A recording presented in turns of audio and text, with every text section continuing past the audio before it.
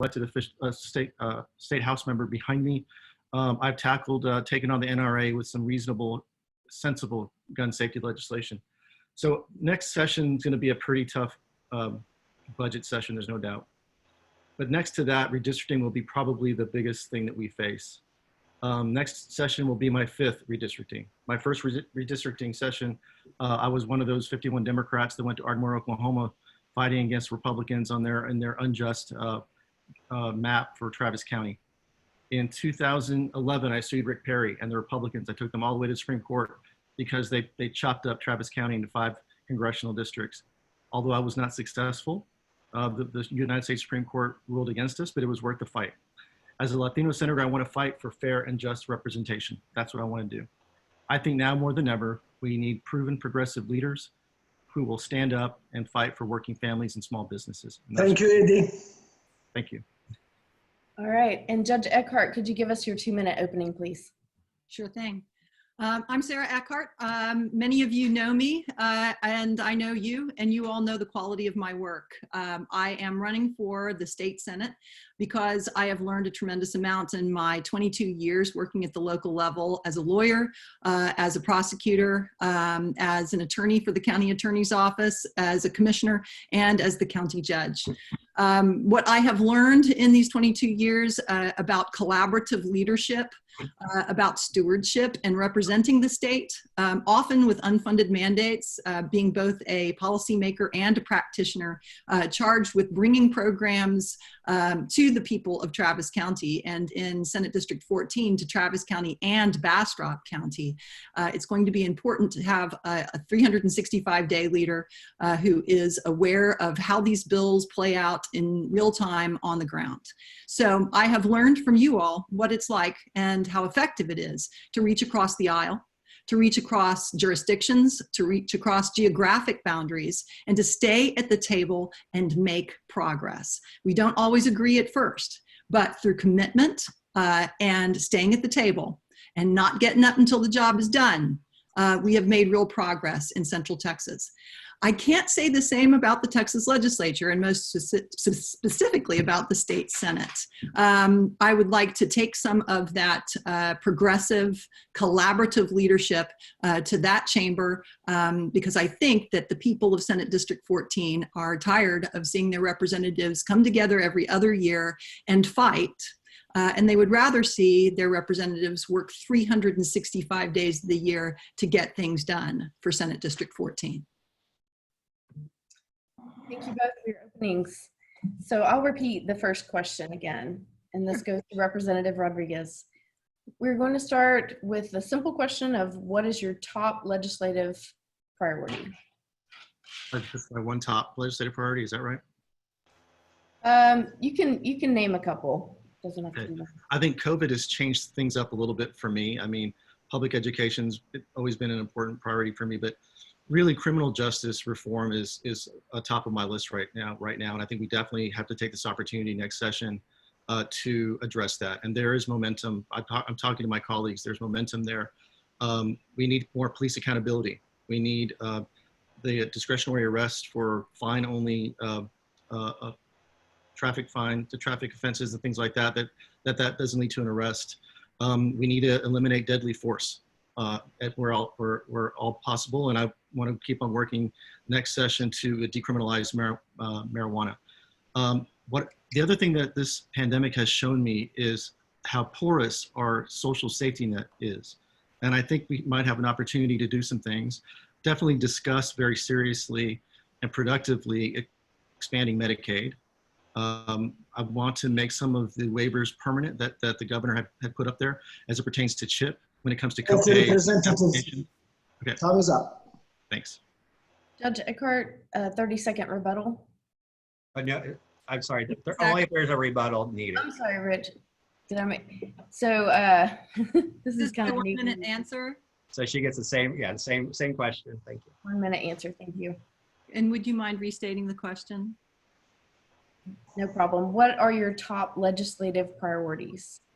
My top legislative priorities really are have to be dictated by the facts on the ground. And the facts on the ground right now are the economic and health recovery from COVID-19, as well as criminal justice reform in light of what we have seen rocking our entire country over the last several weeks. So with regard to COVID-19, COVID-19 did not create these problems, but it certainly has amplified the issues that we have in both healthcare and a disparity of opportunity in Texas. So the first order of business in the Texas legislature is going to be responding to COVID-19, both as a healthcare issue and as an economic issue, and making sure that we have health opportunities and economic opportunities spread to the people who most need them. We cannot recover our health without recovering our economy, and we cannot recover our economy without recovering our health.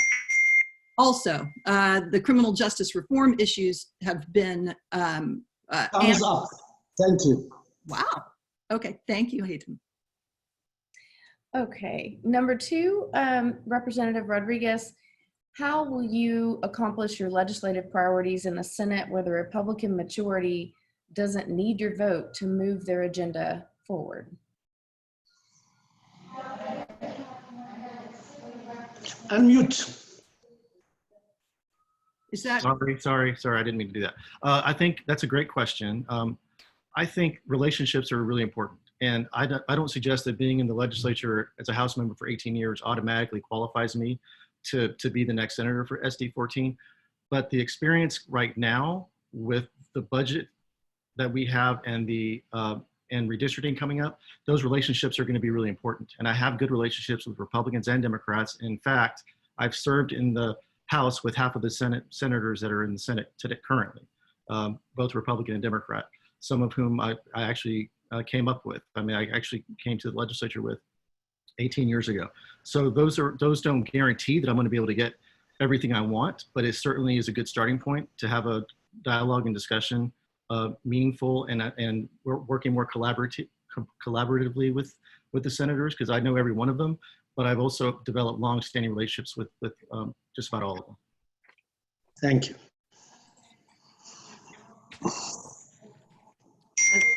the question is with regard to effectiveness and bipartisanship?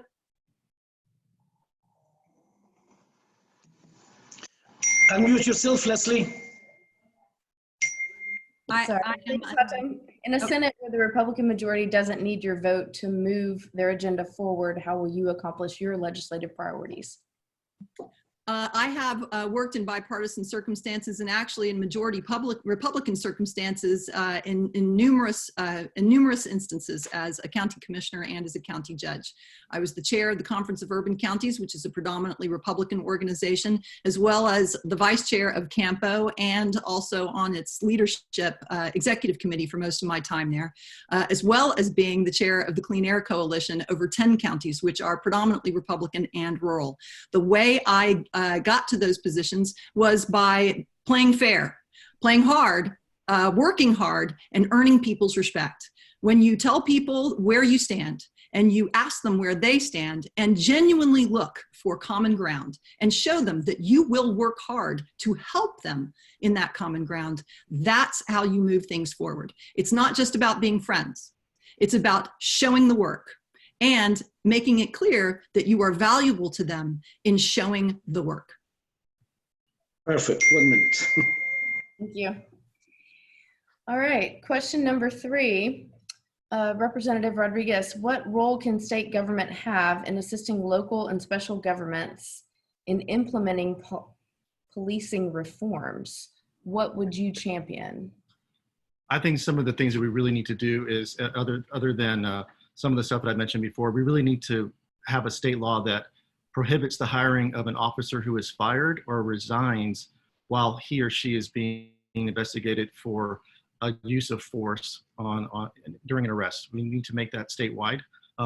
Also, I think we can really use a statewide database where all local law enforcement will provide information on stops, arrests, and any kind of issue of force, and that goes to the database with demographic information, because that's what we need, is to know who's being pulled over and who's being potentially hurt or even killed, and that information is made public, and we need to do that as well. I think we need to do a ban on chokeholds and knee holds. I know that the House passed something recently that has some of that in there. We'll see what the Senate does, but if assuming that, let's assume that maybe that doesn't pass, then I will champion that in the Senate. Thank you. Thank you. Could you restate the question? Sure, Judge. What role can state government have in assisting local and special governments in implementing policing reforms, and what would you champion? Thanks. I very much appreciate the representative's work before George Floyd's murder in pushing forward decriminalization of marijuana. That is an important issue for which I am in 100% agreement. But true criminal justice reform requires so much more. I have 3 things that we must implement right away that I've been working on for some time in my years as a prosecutor and moving forward. To shift police funding to education and healthcare, to demilitarize and defederalize our local law enforcement, because local law enforcement should be about community policing, not immigration and federal drug enforcement. And third, to require independent investigations of police wrongdoing. We cannot expect the police to investigate themselves, and we should not expect local prosecutors who work with police every day to be able to prosecute them without conflict. So we really do need to make sure that we hone in on all 3 of those, as well as the 8 can't wait list of Time is up. Thank you. All right, moving on to number 4, Representative Rodriguez. Despite changes last legislative session, Austin residents located within the Austin Independent School District still pay high property taxes because of our state school finance system. In fiscal year 2020, an estimated 43% of the AISD property tax collected will go to the state for redistribution. What are the thoughts on if the formula should change, and if you think it should change, how? Yeah, the formula should change to really reflect the needs of AISD, for example. The state formula does not take into account the number of children that qualify for free reduced lunch and breakfast. That needs to be taken into consideration. Property values are high does not mean that our children that are going to public schools live with a family that has a lot of means. So we need to kind of pair that up. The real answer is for the state to fund public education more directly and more robustly, because that is what is going on. That is why the locals have had to pay so much more. Property values being what they are, that's a very long discussion I would love to have with you guys in person sometime soon. But that's what the answer is: more state funding and rearranging the formula so they more accurately reflect the work on the ground that is going on in the district. Okay. Could you restate it? Yes. Number 4, it's despite changes in the last legislative session, Austin residents located within AISD school district still pay high property taxes because of our state school finance system.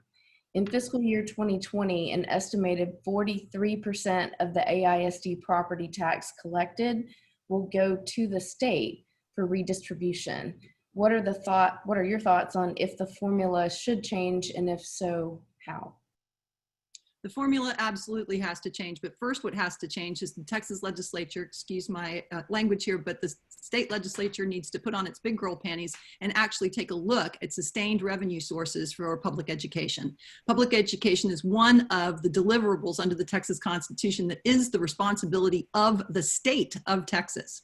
But because we are banned from having a statewide income tax or a statewide property tax, the state has pushed more and more of its responsibilities off onto local property taxes, and then villainized those who made the hard decisions to find a sustained revenue source. So I would certainly change the formula.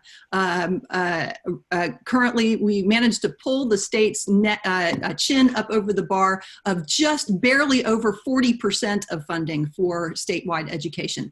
That formula should be more like 60%. And we plugged that hole with one-time dollars that started eroding the day the bill was passed. You cannot have ongoing funding. You can't have funding for ongoing needs. We're going to go ahead and, because we're out on time, finish those questions. I mean, that's the last of those questions, Leslie.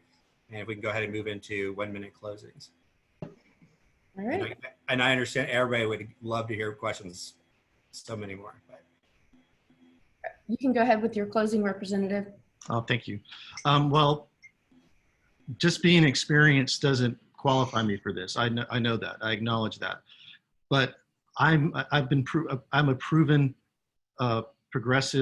effective progressive legislator. I have been for 18 years. You cannot pass a bill as a Democrat in the minority, as I've been, without having Republican support. It's just not possible. And now more than ever, we need proven progressive leadership. I believe that with redistricting and with the budget looming, my experience will be very helpful to the district and to my constituents, which is what this is all about. It's not about Sarah or me, it's about the people of Senate District 14. And that's why I'm running, and that's why I believe I'm best qualified. Thank you. Thank you so much. Judge Eckhardt, can you give us your 1 minute closing, please? Sure thing. You all know me and you know how I work. I work hard, I work fair, and I work honest. And I will win bipartisan support for good, solid government through my work ethic. I will earn respect and I will earn partnership. It will not be about getting along to go along. It will be about being able to provide real solutions to our very real problems. I will not be an every other year representative. I will work for you 365 days of the year. And when we're not in session, I will be looking at every bill that affects our region to see how it played out on the ground. And if it needs to be adjusted, I will find a way to adjust it. And I very much look forward to doing that work for you. Thank you both so much. I appreciate your patience with my learning to be a moderator. It's hard. It's really hard to be a moderator. I've been doing it for 5 years on the commissioner's court, and whoa. Well, there's 3 dogs right there, so that doesn't. You did a great job considering the animal distraction there. Yeah, I saw that. Thanks.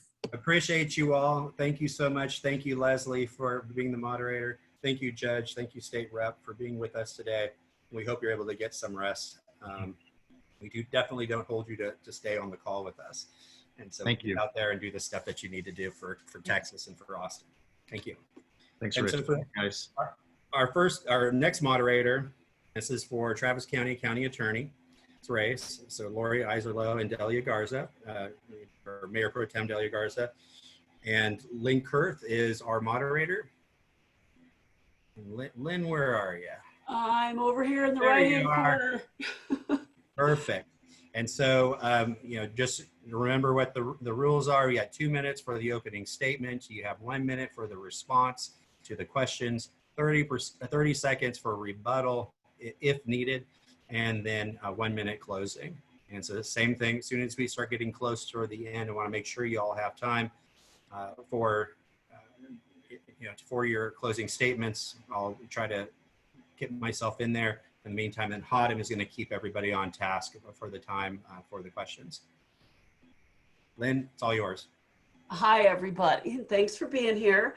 So Rich's special spinner thing that he did pulled up Laurie first. She'll go first and answer the question first. And then Laurie will be last to do her 1 minute close. So this is a long first question. You guys might want to take notes, but here we go. Currently, the county attorney's office has identified the following strategic goals. Introduction, 2 minutes. Thank you. Thank Yes, you, ma'am. Awesome. Yes, I'm sorry. And that would be Laurie first. Hang on. Okay, tell me when you're ready for me to go, Lynn, okay? 3, 2, 1, go. Good evening, you all. The year was 1992, and I was a recent graduate of UT Law School and the director of the Lesbian and Gay Rights Lobby of Texas. Times were terrible for the gay community then. Death was rampant, AIDS funding was inadequate, and Texas criminal law specifically discriminated against us. That year, the Republican National Convention was in Houston, and my friends and I peacefully marched on the Astrodome demanding AIDS funding. As we approached, men in bandanas pulled down the barricades and set them on fire. We didn't know them.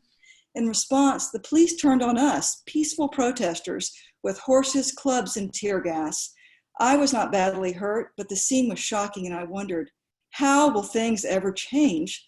But change they did, and I'm proud to have been part of those changes. Better AIDS funding, reform of criminal laws, and same-sex marriage. Now look, I'm not a professional politician, but I am a lawyer with 27 years of frontline experience at the state, city, and county level who wants to be your next county attorney. Why? Because I know what that office has done and what it can do to fight for our Travis County values. It's 240 proud legal professionals, both civil and criminal side. Here's the reform we need. We've got to have some police accountability. We need a prosecutor between the police and the door of the jail to push back and reject charges where there's evidence of bias. We need true mental health diversion. The jail cannot be the mental hospital of last resort. And we must fight for resources so victims of domestic violence are safe and have their day in court. Because of my specific plans for reform, I've been endorsed by most of the Democratic Party clubs, including the Black Austin Democrats and NAACP President Nelson Linder. I've been endorsed by Latino leaders such as Gonzalo Barrientos and Margaret Gomez. I've been endorsed by the Statesman and the Chronicle. Look, y'all, the county attorney's office is a law office. My opponent has represented her district well, but has only practiced law for about 3 years. I'm an experienced trial attorney who's practiced at the state, city, and county level. Thank you. Time is up. Thank you. Thank you. Thank you. Delia?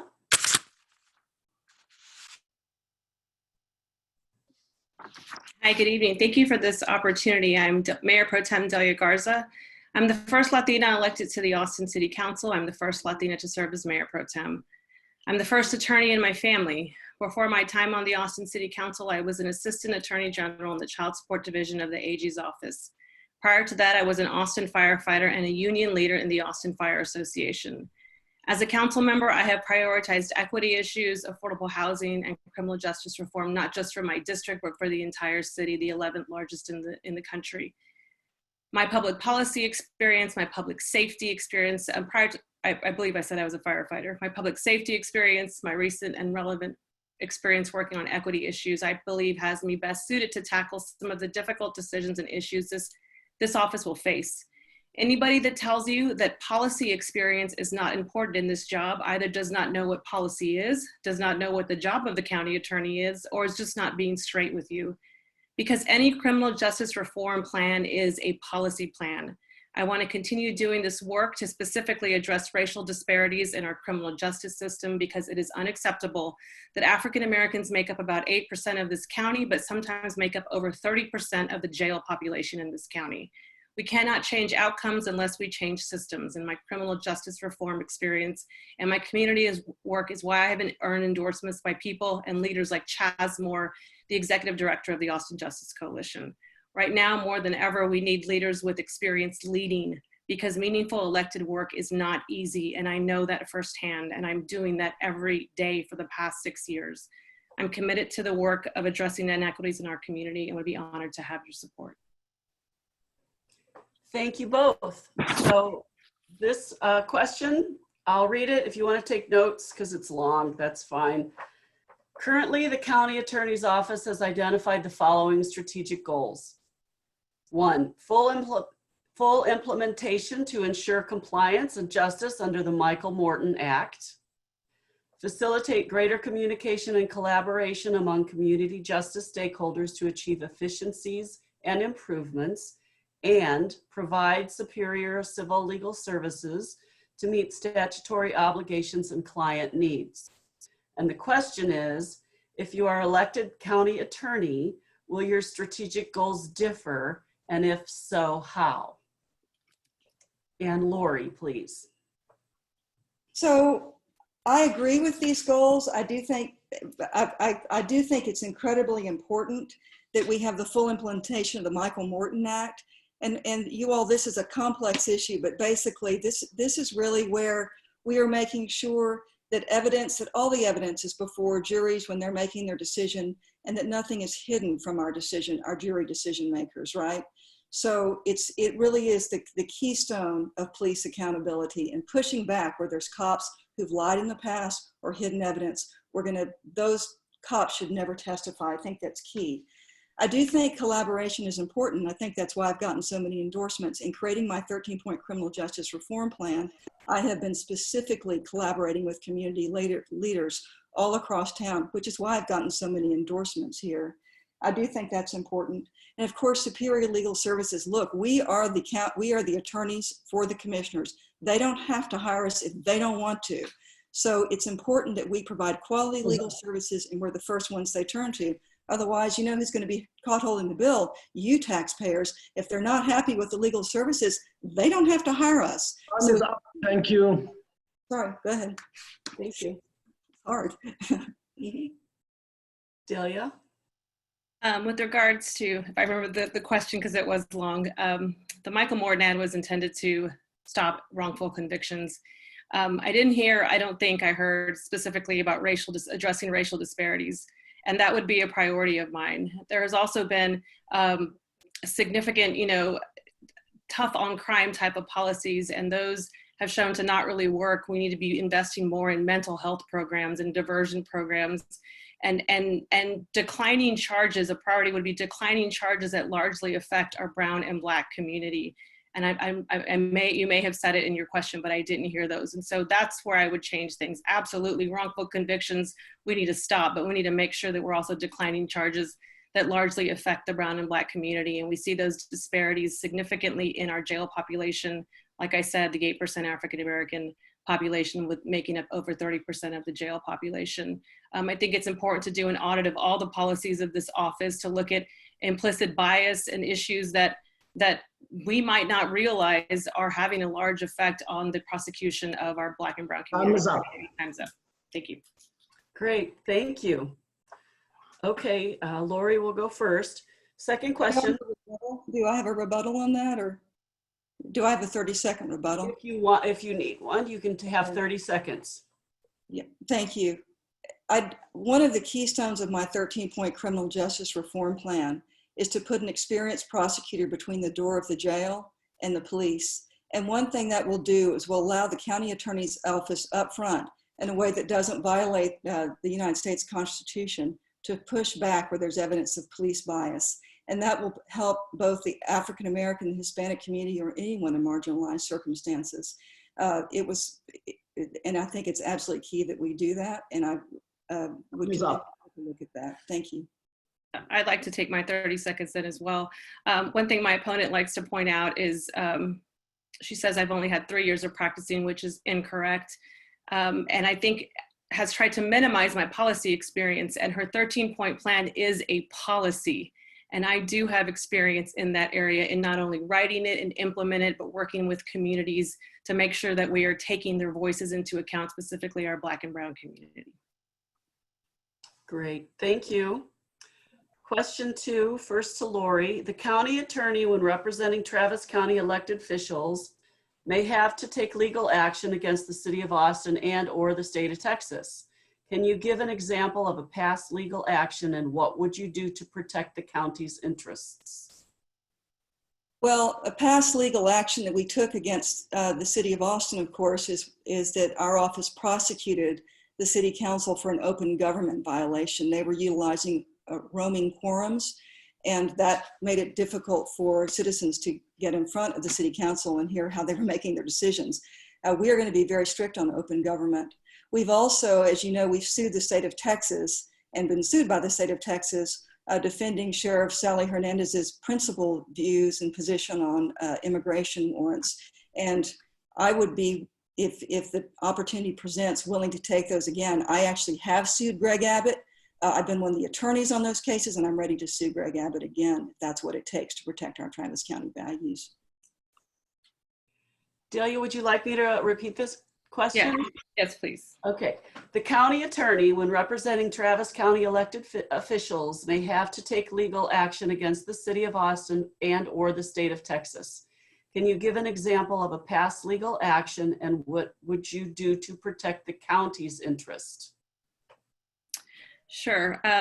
I think this is an area where the county can be more active in filing lawsuits, in filing voter suppression lawsuits by our Attorney General, who consistently does things to, in my opinion, suppress the vote for people, who fights mail-in ballots. Other examples that other counties have done is file lawsuits for price gouging for medication in insulin cases, for example.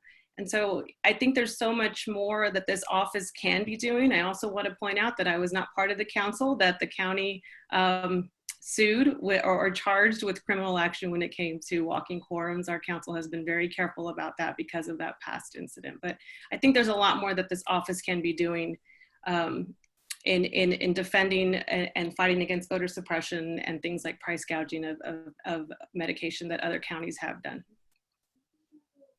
Great. I have a rebuttal. Okay. So the county attorney's office is civil and criminal.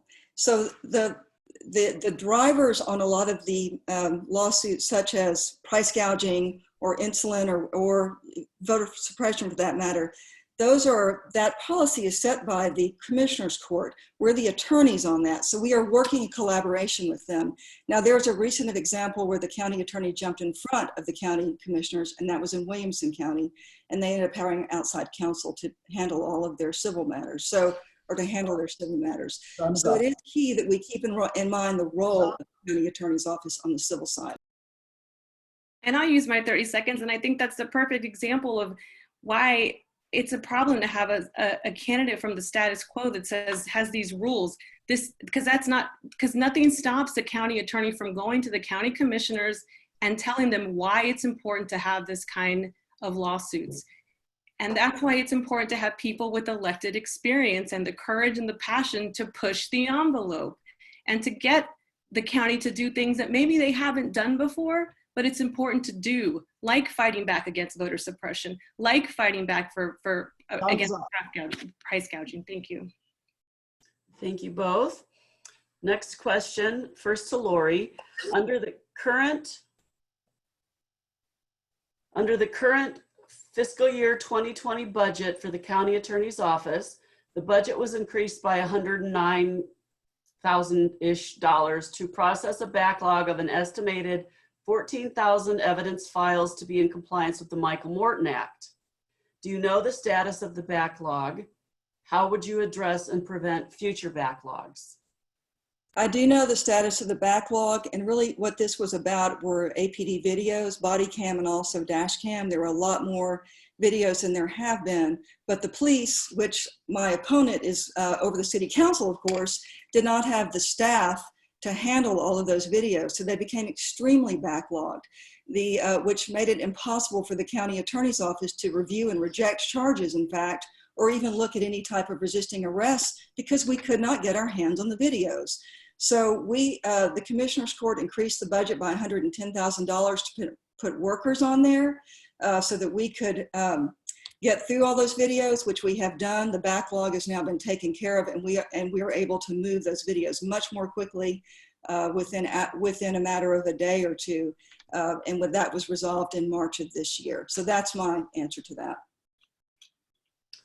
Can you repeat the question? Yes. The bit about the budget and the I'll skip that. Is that cool? Mm-hmm. And the meat of the question is, do you know the status of the backlog, and how would you address and prevent future backlogs? I don't know the status of the backlog, but I think addressing backlogs is about proper budgeting, maybe not having to go to the Commissioner's Court, because you actually have your own budget under the county attorney. That does get approved by the county Commissioner's Court. But I think that's where my broad experience over this job, which is mostly an administrator's job, comes into play here. As city council members, we approve a $4 billion budget. And there are and this will be my 6th year going into a $4 billion budget. I don't believe my opponent has any experience residing over a budget that large. And that's where we can make changes. And we're getting a huge call right now about police reform and how we reallocate resources and make sure we're investing in mental health and community policing. And I believe that that's where my experience helps in areas like this, is when addressing backlogs, is you have to find the money and you have to set priorities. We did it with the DNA, the rape kits in Austin. We found that there was a backlog and we addressed it in the very next budget. Thank you. Great. We're going to. I want to rebuttal on that, guys. Of course, I'm sorry. You all, the backlog was caused because the city did not budget for all the extra video information evidence that was coming in. The county had to take up the slack. You all, I hear what my opponent is saying about she thinks it's an administrator's job. I work in the county attorney's office. There is no way that you can review and direct all those attorneys if you really don't, if you just have very limited number of years practicing law. 3 or 4 years is not going to cut it. That would be someone coming in at kind of a low intermediate level position. And to run this office, you need some experience. All right, Laurie, time's up. Thank you. Delia. I would say it depends. You know, I'm not the status quo candidate. I'm the non-traditional candidate, definitely. And I think it depends on what you think experience, where it matters the most. In leadership, in policy, every decision that the county attorney makes is a policy decision. It is a decision on whether to do something, frankly, or not. We're not changing the laws when we go into this job. We're changing how we apply those different kinds of laws. Okay, we're going to, Lynn, let's go ahead and move into closing. Okay.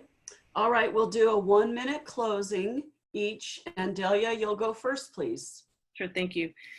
So thank you for this opportunity. The results of the March 3rd election showed I overwhelmingly won every precinct for the almost majority, every precinct east of 35. This is the area where most of our Black and Brown community live, and this is the area most affected by the criminal justice system. But I can't win this unless I win more precincts west of I-35, and it's a sad reality. In this moment when we are being called to trust our Black and Brown community, I humbly ask for your support. I also want to name my endorsements. I've been endorsed by Mayor Adler, Councilmember Kassar, Flanagan, Renteria, Harper Madison, state representatives in Hosa, Israel, Rodriguez, Cole.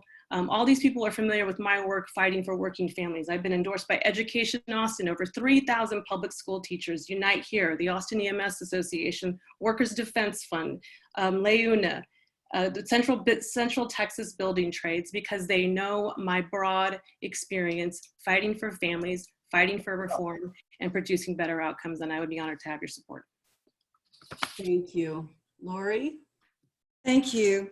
I appreciate the time to talk with you all this evening. This is an incredibly important race. David Escamilla, the current county attorney, is leaving this office in good hands if I'm elected. You all, I am not a professional politician. You know, my mom was a widow and a school teacher.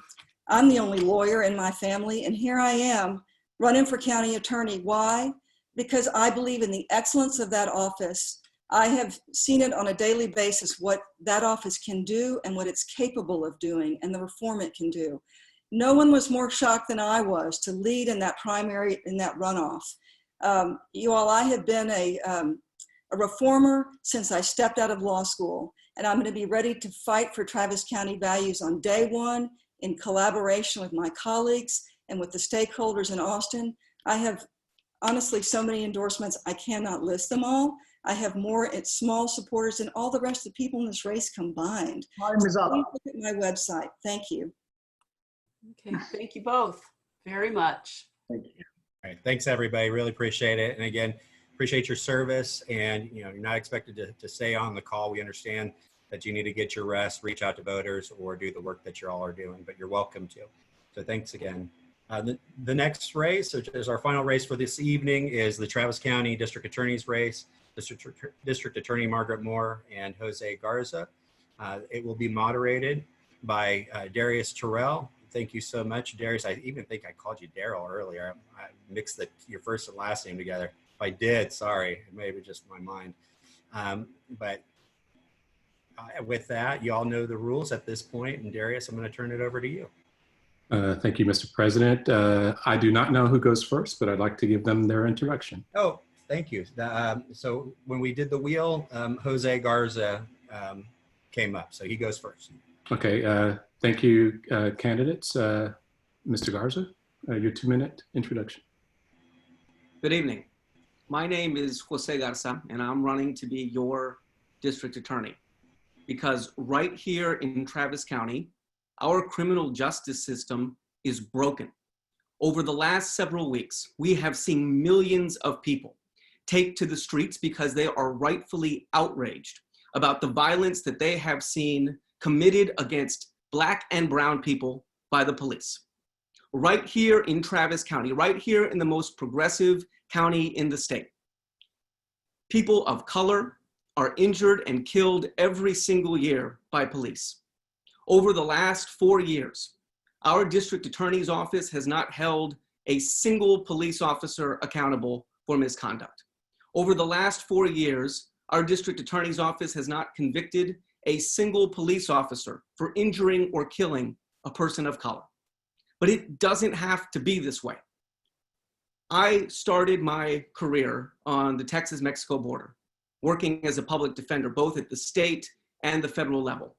And in that job, I saw every single day the way our criminal justice system weighs most heavily on working class people and people of color. I also served in the Obama administration, and it has been the pleasure of my career to lead Workers' Defense Project here in town. And in those jobs, I have seen the power that regular people have, the power that we have seen over the last 2 weeks in communities across the country and right here in our backyard, that people have to change their community and to change their broken criminal justice system. The time to reimagine our criminal justice system is now. I hope you will join our movement, visit to learn more about where I stand on the issues at Jose for DA, and help us reimagine our criminal justice system. The time is now. Oh, perfect. Wow. Yeah, thank you. Ms. Moore, your introduction.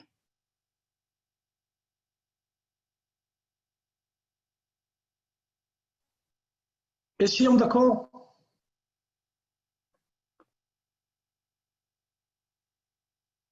Oh, sorry. There you There you are. There you go. Now start over.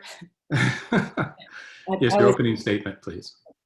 I want to talk to you about our accomplishments because this has been a tough time. And the DA's office has been working hard on many fronts. But right now, on our front and center on our minds are the horrible examples we've seen of police misconduct across this country. And indeed, today, we have seen publicly a case we've been working on. I started as district attorney with a goal in mind, a top goal of creating a civil rights unit that would comport with the highest standards that we saw across the country. I recruited an eminent African-American attorney who had both prosecution and defense experience and was teaching about this subject.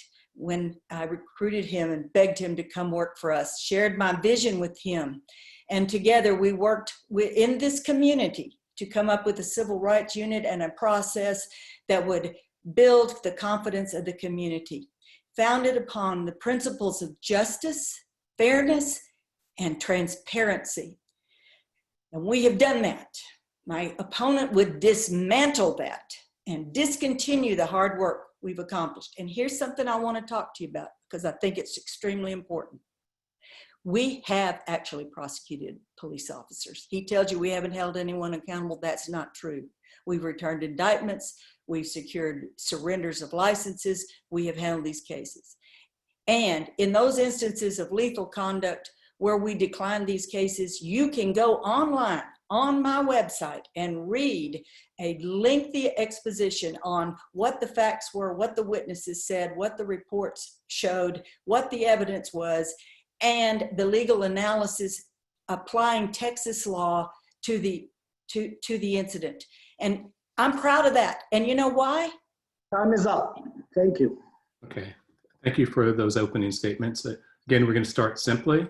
First question to Mr. Garza. What do you believe is the most significant issue in this race? Well, as I've said, our criminal justice system is fundamentally broken. And I want to tell you a little bit about what I seek to dismantle. I seek to dismantle the fact that here in Travis County, 9% of our population is Black, but over 25% of the population of our jail is Black. I seek to dismantle the fact that every day in Travis County, over 70% of people sitting in our jail have not been convicted of a crime. The overwhelming majority are sitting there because they can't afford to pay bail. I seek to dismantle the fact that every year our district attorney's office brings more drug cases than any other kind of case, while at the same time not securing a single conviction for a police officer who was injured or killed a person of color, for at the same time losing the trust of survivors in our community. I seek to build a criminal justice system where we lift up working people and people of color instead of locking them up. Okay, thank you. Ms. Moore, what do you believe is the most significant issue in this race? It's experience. Mr. Garza has zero experience as a prosecutor. Do you see any prosecutor across the country telling you these cases are easy to prosecute or easy to obtain convictions? Of course not. They're very difficult. And I have excellent attorneys who are pursuing these cases every single day. And we have obtained justice according to the law. And most important, we have fashioned this civil rights unit listening to the voices of our minority community. There are people who sit on my civil rights advisory committee that you know, that you trust. Nelson Linder, Gary Bledsoe, Joe Parker, Ashton Cumberbatch, Mimi Stiles, Chaz Moore. These are people who were consulted every step of the way and who saw what we were building here and who come to the meetings and grade our papers on every single case. And what they told me consistently throughout that process was, listen to us. You don't tell us how to do this, we'll tell you. And we're going to do it. Okay. I'm going to, if I may have my 30 seconds for rebuttal. Yes, 30 seconds. I want to talk a little bit about experience, because for the last 400 years in this country, we have been electing career prosecutors to be our district attorney. And what we have seen in the last 400 years and what we see today is a lot of talk about reform and not a lot of change. And so I think it is time to fundamentally reimagine and rethink the job of the prosecutor and who we should elect as prosecutor. And my 30 seconds is, we have accomplished these things in Travis County. We have eliminated cash bail to the extent that Texas law and the safety community permits, with standing orders and the reforms we put into place. We have changed the way we handle these sexual assault cases. We have changed the way we've handled domestic violence cases. We've handled the way we do victim outreach. We've changed the way we handle officer-involved cases. We are accomplishing reform every single day, and it's because I do have experience. Okay, question 2 first goes to Ms. Moore, and it is, do you believe that the current process is helping female sexual assault, physical abuse, or stalking victims navigate the workings of the justice system? Why or why not? How can it be improved? I'm sorry, would you, I couldn't hear the current what? Okay, Mr. President, is it okay if I share my screen?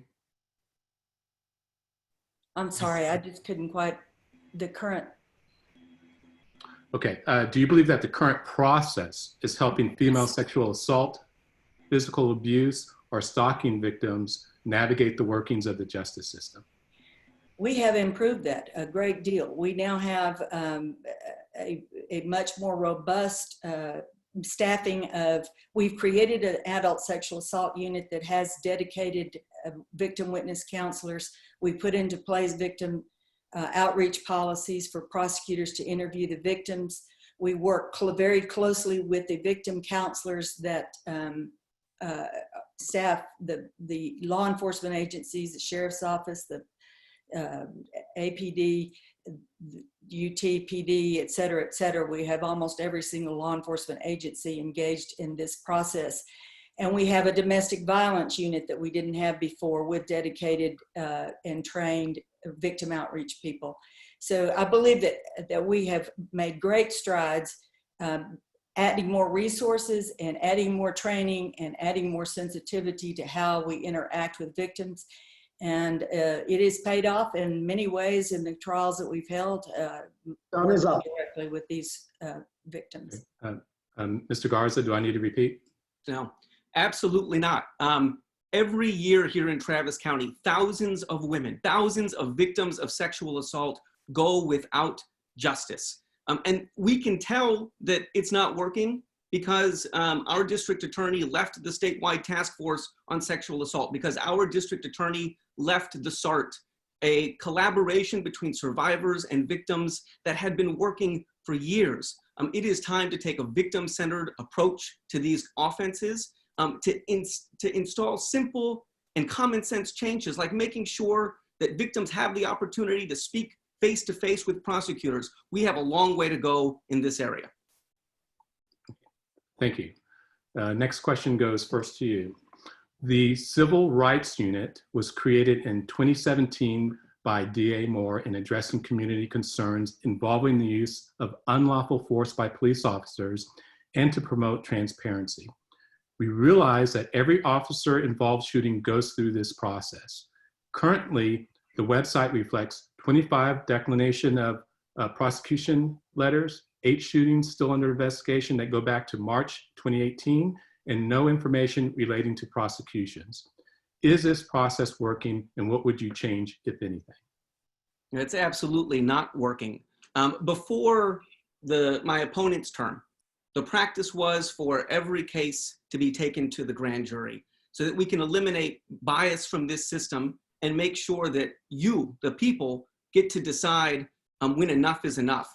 And that process makes sense because no one who is on the ballot on July 14th has taken more money from the police union than my opponent.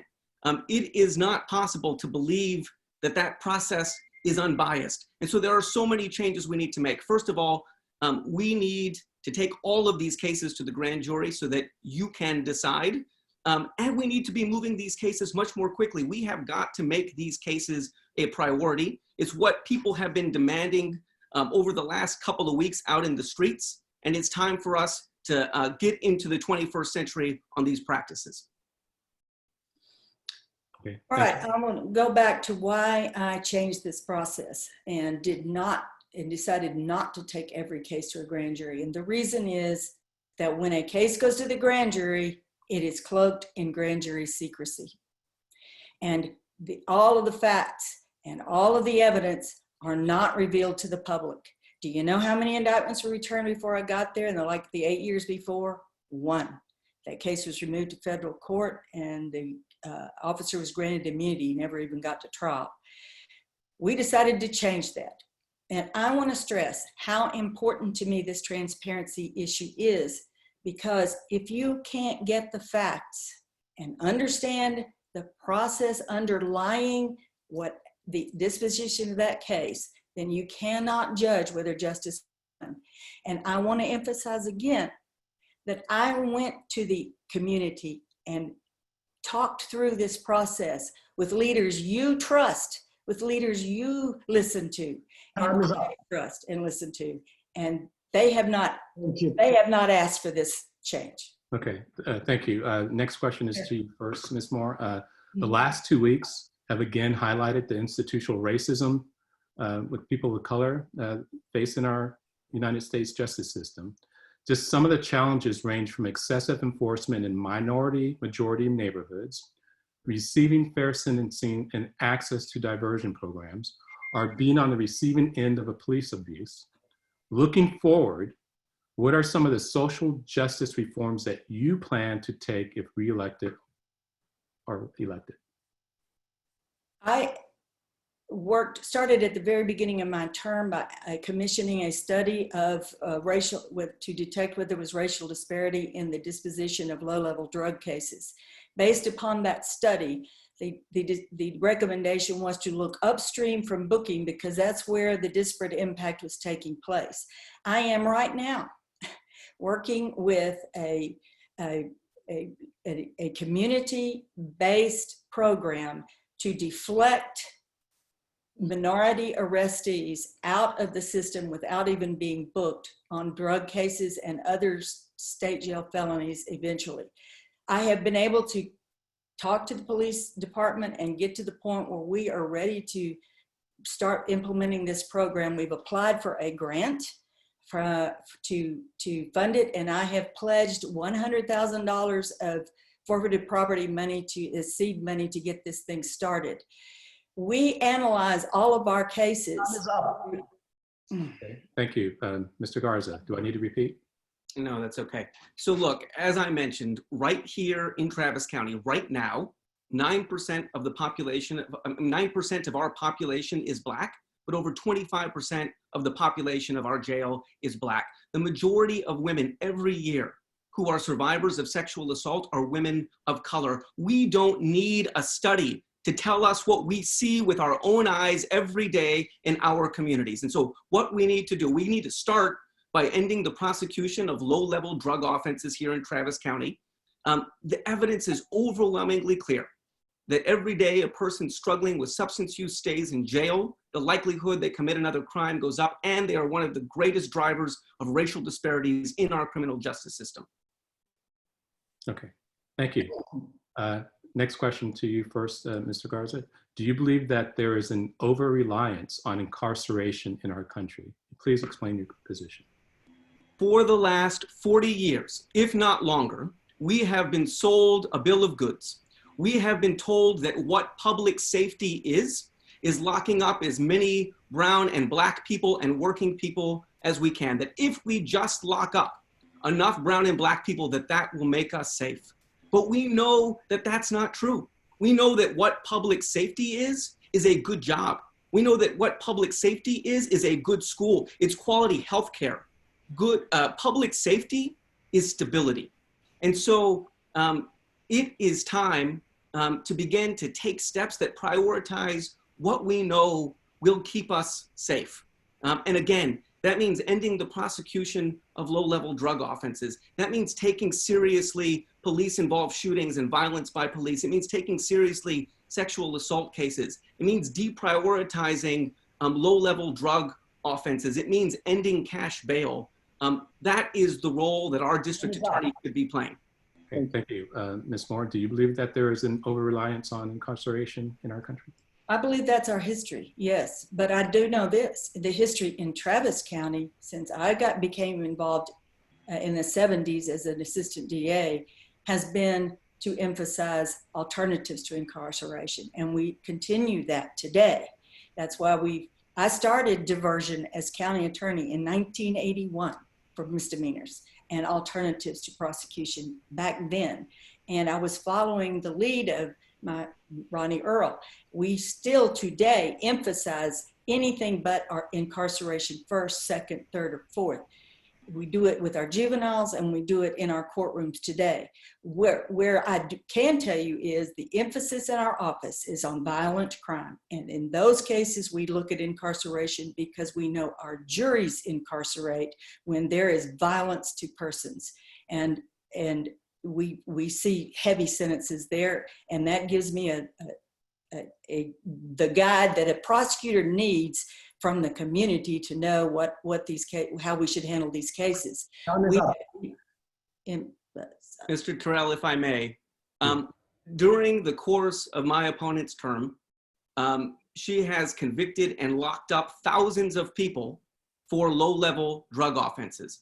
As I said, every single year, the #1 case our district attorney's office brings are drug cases. We know that in 2018, there were 2,700 drug cases and 70 sexual assault cases. It's time to realign those priorities. Ms. Moore? Well, my answer to that is that Mr. Garza has no idea the underlying reasons for that. The arrests are made by the police. I heard Laurie Eiserloh talk about being able to decline cases. I have been pressing for that. I want to be able to decline cases. I am now engaged in discussions with the police department about how can we staff these cases so they're not direct filed and we get a chance to review them. we have diverted out of the district courts thousands of low-level drug cases. They are felonies, but they are being handled as misdemeanors. Time is So up. we are de-emphasizing drug cases. Thank you. Mr. President, do we have time for another question? Let's go ahead and just move to closing statement. Okay, thank you. Let's see who goes first. That would be, sorry, Ms. Moore. DA Moore. Thank you. Thank you. I have come back to be the district attorney because I wanted to build an office that you could be proud of. And we have done that. It just so happens at the same time I came back, there was a national movement that got launched. And I totally identify with the aims and objectives of that national movement that Mr. Garza represents. But what I think is important for Travis County voters to consider is when and how are the means that the national movement is insisting upon relevant to the ends in Travis County. He has no knowledge of how our system works. He thinks the DA does things the DA cannot do. He makes promises he cannot deliver. But I will tell you this, I know how to collaborate and work with the judges, court administration, the commissioner's court, the sheriff's office, other law enforcement agencies to bring about real changes. And we have done that. We have redirected. Mr. Garza? Support. I want to talk a little bit about the local movement that has brought us to this place, to the tens of thousands of people who have been marching in the streets right here in Travis County, who have been decrying the violence that happens right here in Travis County, who have been decrying the racial disparities that exist right here in Travis County. On Election Day on March 3rd, I was proud to win the endorsement of over 80,000 voters. The biggest, largest local movement in this race on that day. And I have seen all across the state and all across the country, progressive district attorneys making changes that our district attorney will not. It is time for Travis County to lead. It is time for Travis County to reimagine our criminal justice system. And I would love to have your support to do that. Thank you both for your participation. Mr. President? Yeah, thank you, Darius. Really appreciate you moderating tonight's forum on this particular race. And thank you, everybody, for joining us. I'm a little hoarse, but I'm going to get through this last part, and which is what's next. And that is, the electronic ballots are going to be sent out to members. If you have any questions, it should go to Emily, and then you're right, send it to the full board as well, if there's any particular issues. But those will go out on Wednesday, June 10th. This Friday at 10 p.m. Central Time is when electronic voting will close. Candidates will be notified on Saturday. Membership and public will be notified on Sunday. So that's what you need to expect, and I appreciate it. And thank you all for being here. And it is 8:10. We are adjourned. Thank you. Thank you, Rich. Thanks, Thank everybody. you. Great work. Thanks, everybody. Great to see you. Bye. Good job, everybody. Bye-bye. Especially Good job, Rich. Good job, Especially our candidates. We know how hard it is. I know how hard it is. And so the stress of it, and do appreciate all the work that you all are doing. Great job. Thanks. Good job. All right. Thank you. Look at all those pretty faces. Bye, everybody. Bye. Bye, Laurie. Disappeared. Bye, Delia. Great job. Bye. Bye. Bye.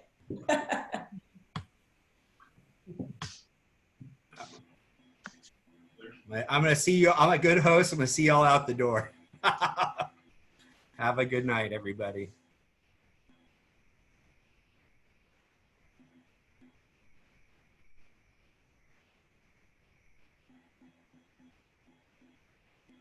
Hi, Beth. Hi, Doug. Joseph, how are you doing? Thank you for being here. All right, bye, everybody.